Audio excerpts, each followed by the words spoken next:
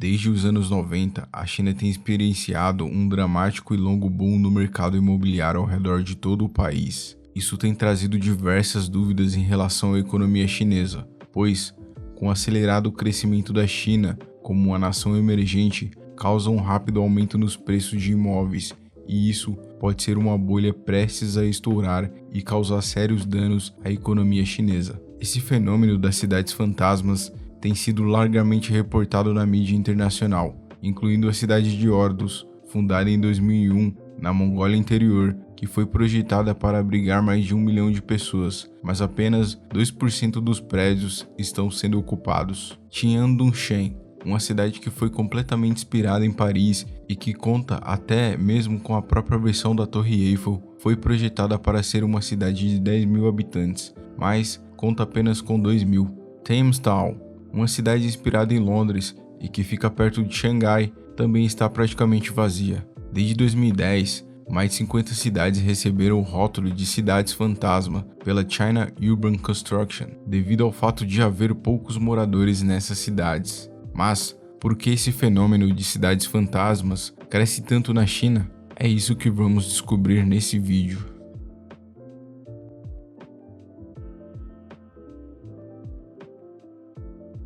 Se você quer descobrir mais sobre como funciona a China e sua economia, acesse o primeiro link na descrição.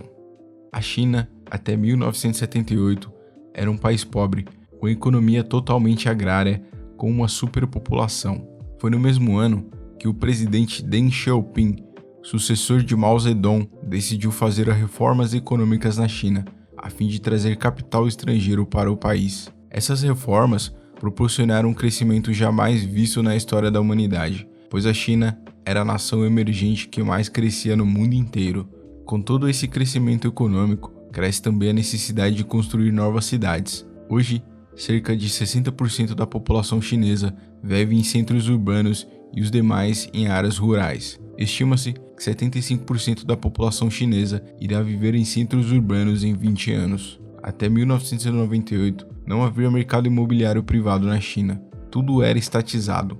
Não existia compra e venda de casas e terrenos. Absolutamente tudo era feito por intermédio do Estado. Porém, nesse mesmo ano, o Partido Comunista decidiu realizar uma série de privatizações, visando o crescimento do mercado imobiliário na China devido a uma crise que ocorreu em 1997, que afetou os países asiáticos. O setor imobiliário logo se tornaria o setor mais importante de toda a economia chinesa, visto que conforme a economia crescia, crescia também a população do país, tornando assim o setor imobiliário o setor mais importante da economia chinesa.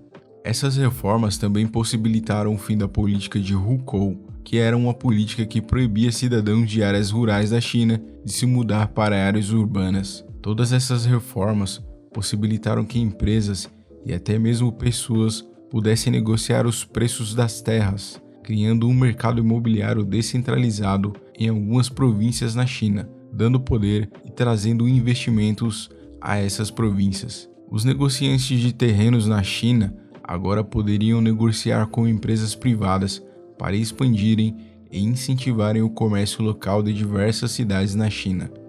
Com o passar dos anos, esse mercado cresceu e se tornou muito importante. O percentual da receita fiscal de compra e venda das casas na China sofreu um aumento exponencial, e isso possibilita investimentos locais nessas cidades na China, pois o dinheiro pago pelas construtoras para a construção de novas cidades se tornou uma das principais fontes de renda para os governos locais. Além disso tudo, o Partido Comunista da China não permite que as construtoras peguem dinheiro emprestado no mercado financeiro. Elas devem pegar dinheiro emprestado do próprio governo, mesmo sendo permitida a venda e aluguel. E isso é um dos motivos pelos quais existem tantas cidades fantasma na China, pois a lógica é muito simples.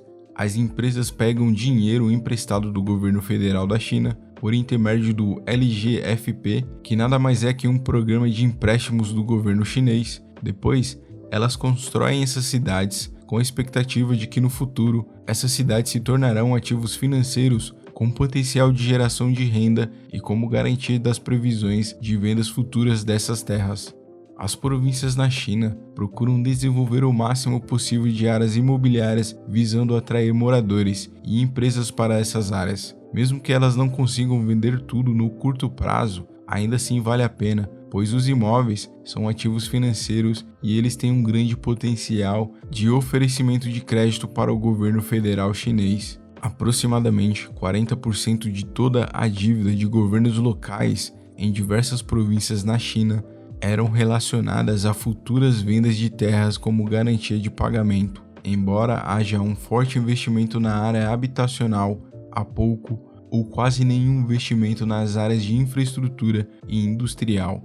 E esse é mais um motivo pelo qual existem tantas cidades abandonadas na China, pois se há muitos prédios residenciais, mas poucas oportunidades de emprego para que as economias locais dessas cidades se tornem aquecidas, logo essas cidades se tornam pouco atraentes e, assim sendo, poucas pessoas se interessam em se mudar para essas cidades. A despeito do rápido crescimento da China nos últimos anos, esse modelo de urbanização contribui muito para o surgimento de cidades fantasmas por toda a China. A economia do país é bastante baseada em indústria manufatureira, que exporta para o mundo inteiro. Sendo assim, onde há cidades com poucas oportunidades de trabalho, não haverá muitas pessoas interessadas nessas cidades. Uma das principais bases para o desenvolvimento econômico de qualquer país são as instituições financeiras, que devem ser capazes de garantir segurança financeira à sua população. Porém, as instituições financeiras da China não tiveram um desenvolvimento acelerado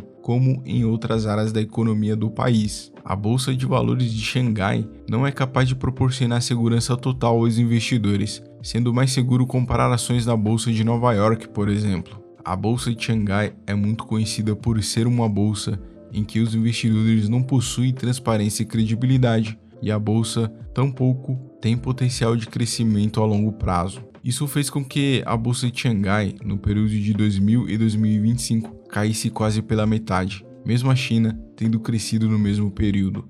Isso tudo demonstra o quão fraco e especulativo o sistema financeiro da China ainda é. Isso faz com que muitos cidadãos chineses prefiram colocar o seu dinheiro em imóvel ao invés de comprar ações de empresas, por exemplo. Logo, eles consideram que investir em imóveis é muito mais seguro e fácil, devido ao crédito facilitado pelo governo federal chinês, com menos riscos de perder dinheiro. Dessa forma, por leis econômicas de oferta e procura, tanto pessoas quanto empresas decidem por comprar ou construir imóveis pensando na valorização dos mesmos para que eles possam vender esses imóveis no futuro. Devido à alta procura, os preços desses imóveis acabam se tornando incompatíveis com o valor real dos mesmos, e isso impossibilita, por exemplo, pessoas que realmente precisem de uma casa para morar comprem esses imóveis, e isso agrava ainda mais o fenômeno das cidades fantasmas na China, pois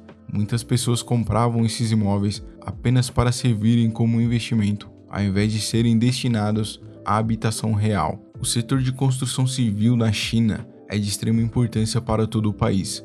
Para se ter uma ideia, o setor de construção civil na China contribui hoje por volta de 18% do PIB da China, enquanto no final dos anos 90 era apenas de cerca de 4%. E a China usou mais concreto em 3 anos que os Estados Unidos usou desse mesmo material em todo o século XX. Esse setor é sem dúvidas vital para a economia chinesa e é um dos principais contribuintes para colocar a China na posição de potência global. Por um lado, o governo chinês quer controlar o setor de construção civil na China para controlar os fenômenos das cidades fantasmas, mas por outro, esse setor é de extrema importância para a economia chinesa e a desaceleração desse setor pode ser sinônimo de desaceleração do crescimento econômico chinês, acarretando nas altas taxas de desemprego.